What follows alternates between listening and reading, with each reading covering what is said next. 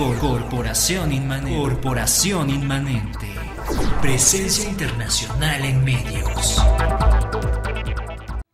Ya estamos de regreso, amigos, en el Playa Girón, y bueno, estamos platicando acerca del género musical llamado salsa. Ya vimos que surge el nombre a raíz de la salsa catsup, ¿no? Por ejemplo, hay una teoría de que un locutor de radio venezolano lo nombró así porque les preguntó a unos músicos de qué se trataba el género que tocaban, y algo tenía que ver la catsup dentro de todo esto. Y bueno, dentro de la historia, por ejemplo, de la salsa, pues recordemos que durante los años 1930, 40 y 50, la música afrocubana era consumida ampliamente por los sectores de origen latino de la ciudad de Nueva York. Los cubanos en Nueva York, los puertorriqueños y otros músicos de otros países fundamentan su música en gran medida en los elementos de origen afrocubano. Según algunos músicos e historiadores, salsa es un nombre comercial dado a toda la música cubana en los años 70. En esta corriente se ubican Rey Barreto, Rubén Blades, Larry Harlow, Papo Luca, Johnny Pacheco, Tito Puente, Roberto Roena, Joe Arroyo, Bobby Sanabria y Bobby Valentín. La salsa se expandió a fines de los años 70 y durante los años 80 y 90. Nuevos instrumentos, nuevos métodos y formas musicales como canciones de Brasil fueron adaptados a la salsa. Nuevos estilos aparecieron como las canciones de amor de la salsa romántica. Mientras tanto, la salsa se convirtió en parte importante de la escena musical en Cuba, Puerto Rico, Colombia, Venezuela, Panamá y lugares tan lejanos como Japón. A la llegada del siglo XXI, la salsa se ha convertido en una de las formas más importantes de la música popular en el mundo.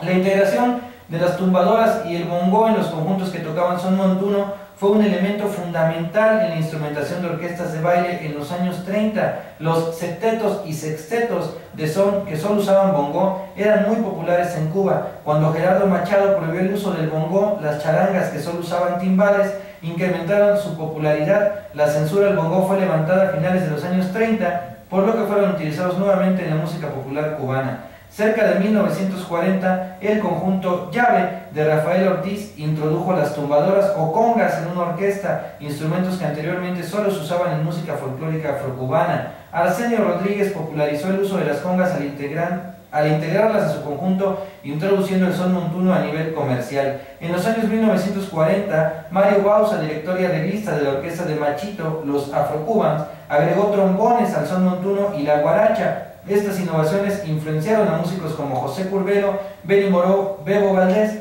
y en el álbum Tanga de 1943, Bauza fusionó elementos de la música afrocubana con el jazz. La influencia del jazz afrocubano y del mambo, desarrollado por Pérez Prado en 1948, propició la introducción del saxofón en las orquestas de son montuno y guaracha. En 1955, Enrique Jorrín le agregó trompetas a las orquestas de charanga, que hasta ese momento solo usaban violín y flauta. Ya para los años 1950, la música bailable cubana, es decir, el son montuno, el mambo, la rumba y el cha-cha-cha, se constituyeron como elementos de gran popularidad en Estados Unidos y Europa. En la ciudad de Nueva York, el sonido cubano de las bandas se fundamentó en los aportes de músicos cubanos, puertorriqueños y dominicanos. Como ejemplo podemos mencionar a Machito, Tito Puente, Johnny Pacheco y Tito Puente, o incluso figuras como el director catalán Javier Cugat. Por otro lado, ya que fuera del círculo de Nueva York, grupos como la Orquesta Aragón, la Sonora Matancera y Damaso Pérez Prado y su mambo lograron una importante proyección a nivel internacional.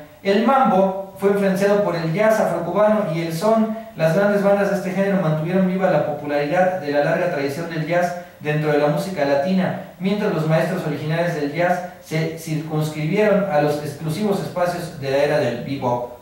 La música latina interpretada en Nueva York desde 1960 fue liderada por músicos como Ray Barreto y Eddie Palmieri, los cuales estaban fuertemente influenciados por ritmos cubanos importados como la pachanga y el cha-cha-cha. Después de la crisis de los misiles en 1962, el contacto cubano-estadounidense decayó profundamente. En 1969, Juan Formel introdujo el bajo eléctrico en los conjuntos soneros de Cuba. El cuatro puertorriqueño fue introducido por Yomo Toro en la orquesta de Willy Colón. en 1971 y el piano eléctrico en los años 70 por Larry Harlow. En la década de los años 70 se incrementó la influencia puertorriqueña en el ámbito de la música latina en Nueva York y los nuyoricanos pasaron a ser una referencia fundamental. La palabra salsa para designar la música hecha por los latinos en Estados Unidos comenzó a usarse en las calles de Nueva York a finales de los años 60 y principios de los años 70. Por esta época, el pop latino no era una fuerza importante en la música que se escuchaba en Estados Unidos,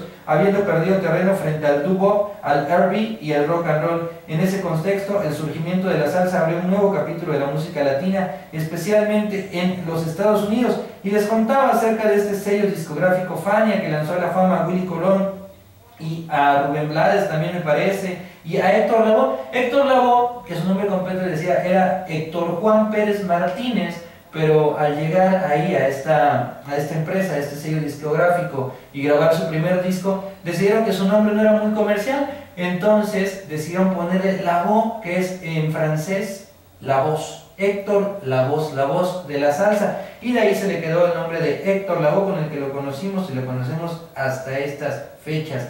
La historia de la salsa, en la que participaron gran cantidad de músicos, puede arrastrarse en cierta medida en la trayectoria de algunas importantes compañías discográficas. En los años 70, Fiesta Record, Manhattan Recording Company y en especial Fania Records lanzaron al estrellato una gran cantidad de salseros desde Nueva York, realizando giras y conciertos por todo el mundo. La Fania fue fundada en marzo de 1964 por el abogado y empresario Jerry Masucci y el flautista dominicano y líder de banda Johnny Pacheco. Fania comenzó con Larry Harlow y la producción El Malo de Willie Colón, el cantante de los cantantes Héctor Lavoe, en 1967. El sello Fania Records le dio el espaldarazo definitivo al género al grabar y distribuir los discos de la gran mayoría de las estrellas salseras de los años 70. La Fania All Stars, orquesta que agrupó una gran cantidad de músicos y cantantes de salsa, como Ray Barretto, Willie Colón, Johnny Pacheco, Rubén Blades, Héctor Lavoe, Ismael Miranda, Cheo Feliciano, Bobby Cruz y artistas invitados como Tito Puente, Celia Cruz y Eddie Palmieri, está considerada como una de las máximas expresiones del género, llegando a presentarse en lugares como Japón y África y los tradicionales clubs latinos en la ciudad de Nueva York. En 1965, Joe Cuba Sextet con el cantante Cheo Feliciano grabaron el tema El Pito, Never Go Back to Georgia, y el mismo año el dúo compuesto por Richie Ray y Bobby Cruz grabó el tema Come Hen. En el año 1969, el Gran Combo de Puerto Rico grabó Falsaria. Este tema, inicialmente un bolero, se interpretó como salsa. También la orquesta de Willie Colón con Héctor Lavoe como vocalista grabó Cheche Colé y otros temas importantes. En 1971, Eddie Palmieri grabó el tema Vámonos pa'l Monte y Cheo Feliciano como solista grabó Anacaona. En 1972, Fruco y sus Tesos en Colombia grabaron A la Memoria del Muerto. En 1973, Rafi Levitt con la orquesta La Selecta grabaron Jíbaro Soy. En 1974, Celia Cruz y Johnny Pacheco grabaron Quimbara e Ismael Rivera hizo lo propio con El Nazareno. Por otro lado, el Festival de la Fania All Star, realizado en Zaire ese mismo año, fue un evento a destacar en la difusión de la salsa. En 1975, la Dimensión Latina de Venezuela, con Oscar de León como vocalista, grabó Llorarás. Fruco y sus Tesos grabaron El Preso, y el Gran Combo de Puerto Rico, Un Verano en Nueva York. Héctor Lavoe inició su carrera como solista con el tema Periódico de Ayer. En 1978, la Sonora Matancera grabó Mala Mujer. Asimismo, el dúo conformado por Willie Colón y Rubén Blades publicó el disco Siembra Contenido, donde contenía temas emblemáticos de la salsa como Pedro Navaja y Plástico. En 1979, Henry Fiol lanzó sus temas Oriente y La Juma de Ayer. Desde Nueva York, la salsa se extendió primero en América Latina, sobre todo en países como Cuba, Colombia, Panamá, República Dominicana, Venezuela y obviamente Puerto Rico. En los años 1980 alcanzó una importante difusión en Europa y en el Japón. Miami se convirtió en una especie de segunda metrópoli para la música cubana, dado el peso específico de la gran cantidad de inmigrantes cubanos. La comunidad cubana se constituyó en un referente importante en la vida de la ciudad de Miami, contrario a lo que pasó en Nueva York, donde primó la influencia boricua. ¿Qué pasó después de los 70, por ejemplo, en los 80s? Bueno, la salsa se expandió a Europa y Japón. En este país surgió la Orquesta de la Luz, que alcanzó popularidad en América Latina. A fines de esta década surgió la llamada salsa romántica, estilo que se hizo popular en Nueva York, caracterizado por melodías lentas y letras de corte romántico, de sueños y placeres, es decir, un concepto similar a la lírica de la balada pero en ritmo de salsa. Esta nueva manifestación de la salsa pronto fue asimilada por artistas boricuas como Frankie Ruiz, Eddie Santiago, Paquito Guzmán, Marc Anthony, Willy González, Cano Estremera, cubanos como Dan Den, Rey Ruiz, Isaac Delgado e incluso nicaragüenses como Luis Enrique. Pues bueno, hoy vamos a terminar temprano el programa porque tengo cosas que hacer, pero los voy a dejar con muy buena música, entre ellas, por ejemplo, Tú con él, canción que hiciera famosa Frankie Ruiz, de quien estábamos hablando ahorita. La Canoa Rancha, esta canción que también grabó ahora en este proyecto de CDs más DVDs, este gran trompetista Alberto Barros. La Canoa Rancha vamos a escuchar, que me parece que esta canción le hicieron famosa este grupo llamado ¿cómo se llamaban esos colombianos que cantaban también Torero? Ya se me olvidó el nombre, pero bueno, mañana se los recuerdo aquí en el Playa Girón. También vamos a poner Valió la Pena, esta canción que canta Marc Anthony, de quien también estábamos hablando ahorita, que ya viene hacia la época de los 80s. Y de Oscar de León vamos a poner El Manicero, esta canción que es de las más famosas de Oscar de León, caracterizado por estar completamente a rape. Y yo los espero mañana de 2 a 4 de la tarde en el Playa Girón a través de la señal de sabersinfin.com. Agradezco infinitamente a David Méndez, a Ícaro el Demoledor, que están del otro lado de este estudio comandando esta nave que es el Playa Girón, y nos escuchamos mañana de 2 a 4 de la tarde. Muy buenas tardes, mundo y sus alrededores. Corporación Inmanente.